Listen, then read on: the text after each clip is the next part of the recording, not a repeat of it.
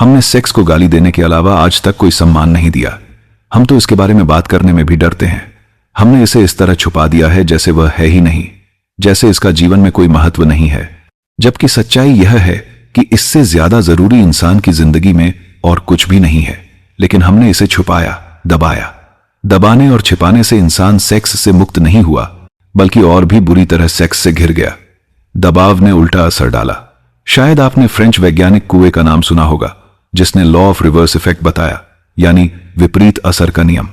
हम जो करना चाहते हैं कई बार उस तरह करते हैं कि नतीजा उल्टा निकलता है। कुए कहते हैं कि हमारी चेतना का एक नियम है, लॉ ऑफ रिवर्स इफेक्ट। हम जिस चीज से बचना चाहते हैं चेतना उसी पर टिक जाती है और आखिरकार हम उसी से टकरा जाते हैं। 5000 साल से इंसान सेक्स से बच रहा है और नतीजा यह है कि गली मोहल्ले हर जगह जहां भी इंसान जाता है वहीं सेक्स सामने आता है। यही लॉ ऑफ रिवर्स इफेक्ट इंसान की आत्मा को पकड़कर बैठा है। क्या आपने कभी सोचा है कि जिस चीज से हम मन को बचाना चाहते हैं मन वहीं खिंच जाता है, वहीं खड़ा हो जाता है।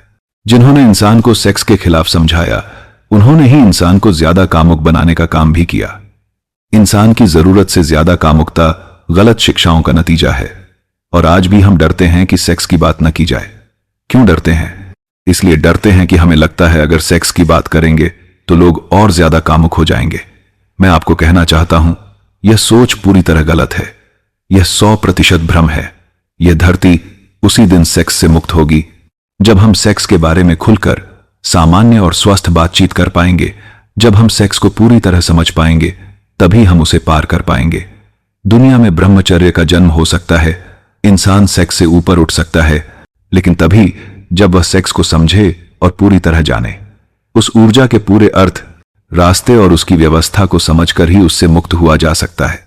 आंखें बंद कर लेने से कोई भी मुक्त नहीं हो सकता। आंखें बंद कर लेने वाले सोचते हैं कि ऐसा करने से दुश्मन खत्म हो गया है, तो वे पागल हैं। सेक्स के मामले में इंसान ने आज तक शुतुरमुर्ग जैसा बर्ताव किया है। वह सोचता है कि आंखें बंद कर लो तो सेक्स खत्म हो जाएगा। लेकिन अगर आंखें बंद कर लेने से चीजें खत्म होती तो जिंदगी कितनी आसान हो जाती।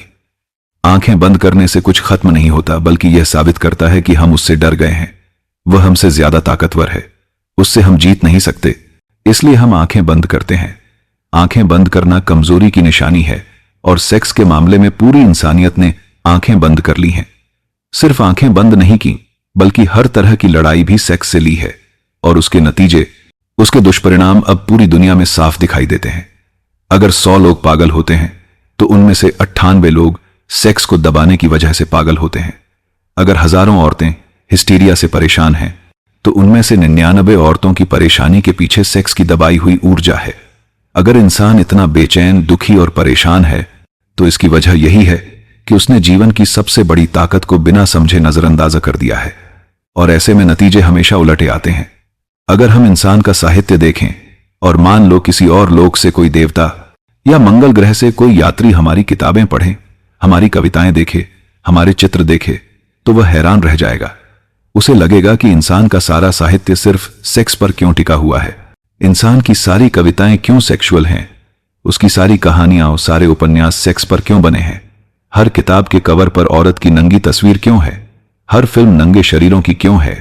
वह हैरान होगा और अगर वह मंगल से आया इंसान हमसे बात करेगा तो और भी हैरान होगा, क्योंकि इंसान बातचीत करेगा आत्मा की, परमात्मा की, स्वर्ग की, मुक्ति की, बट सेक्स पर कोई बात नहीं करेगा। लेकिन उसका पूरा व्यक्तित्व चारों ओर से सेक्स से भरा हुआ है। असल में इंसान को हमने बिगाड़ा है, विकृत किया है और अच्छे नामों के सहारे उसे बिगाड़ा है। हम ब्रह्मचर्य की बातें करते हैं लेकिन कभी यह सोचने की कोशिश नहीं करते कि पहले इंसान की सेक्स ऊर्जा को समझा जाए, उसके बाद ही उसे बदलने और ऊपर उठाने के प्रयोग हो सकते हैं। बिना इस ऊर्जा को समझे दबाने और रोकने की सारी शिक्षा इंसान को बीमार और पागल ही बनाएगी। इसी वजह से आज इंसान इतना बीमार, इतना कमजोर, इतना जहर से भरा और इतना दुखी है। इंसान के भीतर जो शक्ति है उसे बदलने, ऊंचा उठाने और आकाश तक ले जाने का हमने कोई प्रयास नहीं किया। हम उस शक्ति को जबरदस्ती दबाए बैठे हैं।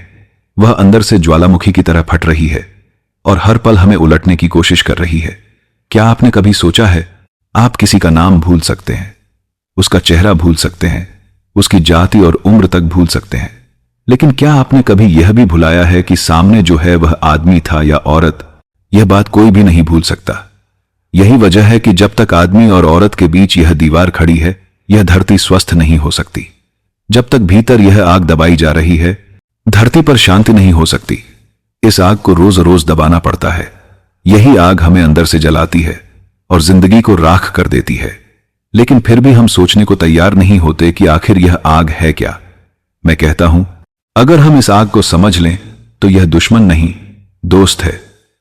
अगर समझ लें तो यही आग हमें जलाएगी नहीं, बल्कि हमारी जिंदगी को गर्माहट देगी, हमारे घर को रोशन करेगी, हमारी रोटी पका सकती है और हमारी मददगार बन सकती है।